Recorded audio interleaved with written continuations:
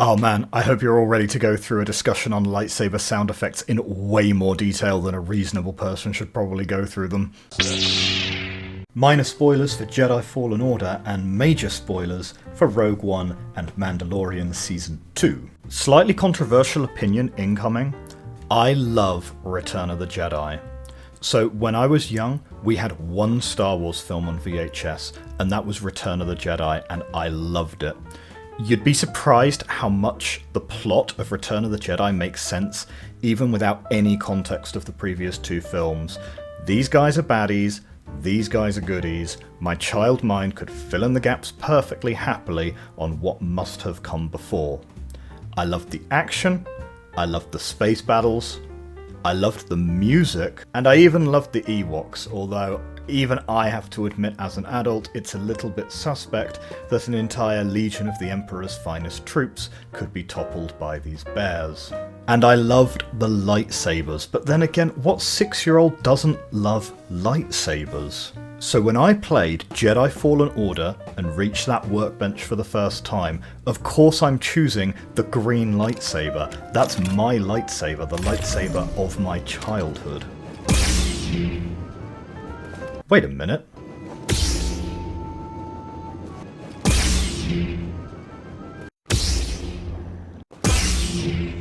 Those maniacs. They actually went and did it.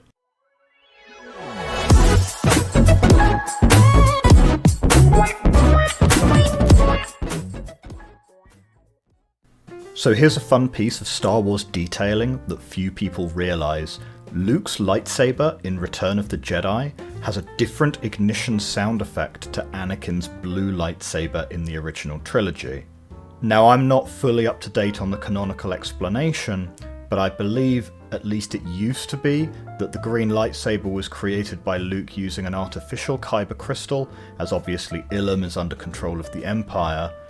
But in fact, you only see 3 lightsabers in the entire original trilogy, and they each have their own sound effects, so maybe the original intention was that every lightsaber has a unique sound. Anakin's lightsaber has a warmer hum underlying the ignition sound effect. Random as a blaster. An elegant. Vader's is more like a pressure valve being released. It's like a relief of tension just before these two are going to show down.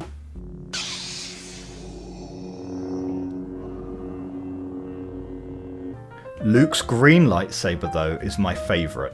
It's this hyper-aggressive wail like a tiny siren screeching for less than a second to warn everyone that stuff is about to go down.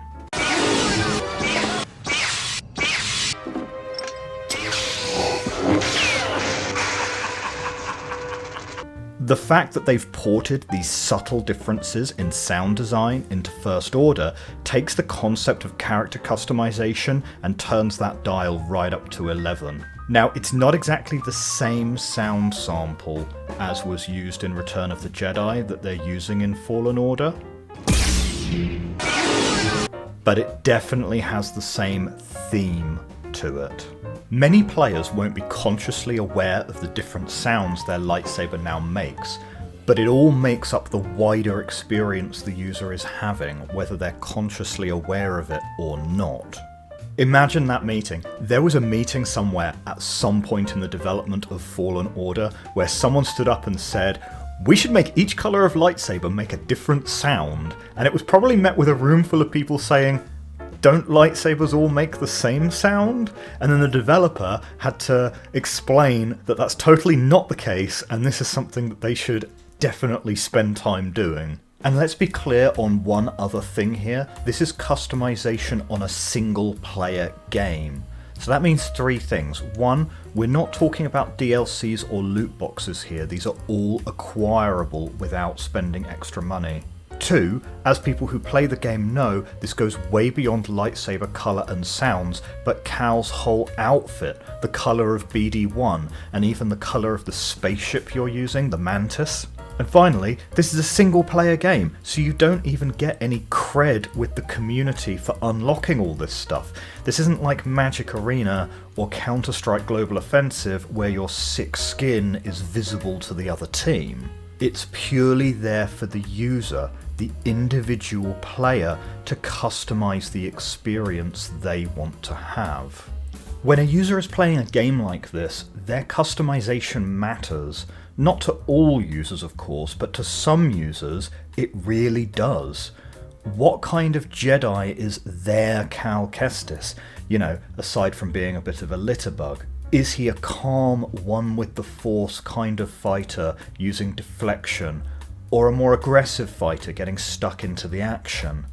It's a little bit like comparing the lightsaber corridor sequence from Rogue One with the lightsaber corridor sequence from the latest series of The Mandalorian. Same energy, but totally different vibe.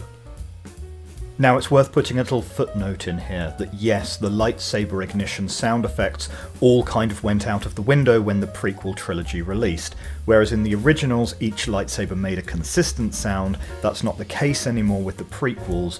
Yoda even has a sample of the Luke Skywalker lightsaber at one point in the prequel trilogy, which means that his lightsaber makes a different sound under different circumstances.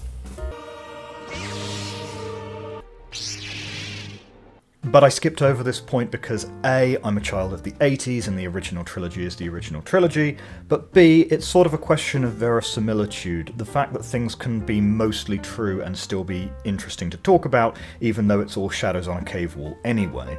My point is, the designers of the game clearly felt similarly that the different coloured sabres should have a different sound effect, and therefore what feelings those sounds should evoke for each of the selectable colours. Now, if this were to be improved even further, I would recommend being able to separate the customization of the lightsaber colour to the customization of the lightsaber sound, so you can mix and match the sounds with the colours as you see fit. Mostly the reason I suggest separating out the lightsaber sound effect to the lightsaber colour when customizing your lightsaber in this game is because the sound sample from the red lightsaber, to me, actually sounds closest to Luke Skywalker's original green lightsaber.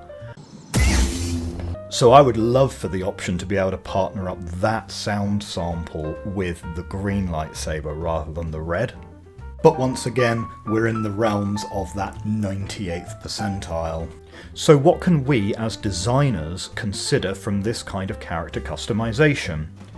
In terms of non-video game software, I'm genuinely not sure of the answer to that. When writing a script for this video, I have a post-it note on my desk which literally just says, "Is dark theme enough?" Yes, we somewhat have some customization options for users in our interfaces. These tend to be very utilitarian, light theme versus dark theme, time zone, font size.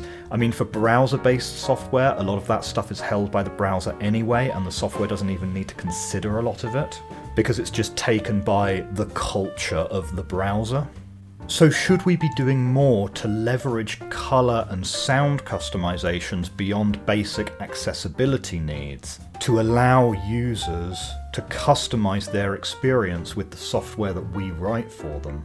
I've been thinking a lot particularly about sound design, as this is something that traditionally business software has shied away from. Business software is almost entirely silent. Certainly I think colour customization has a smaller critical threshold to get over to be able to achieve buy-in. But if you consider that sound design is an integral part of a lot of video game experience, is that something that as business software designers we should also be looking to leverage to be able to engineer that particular experience we want our users to have? I'd love to hear your thoughts on this topic.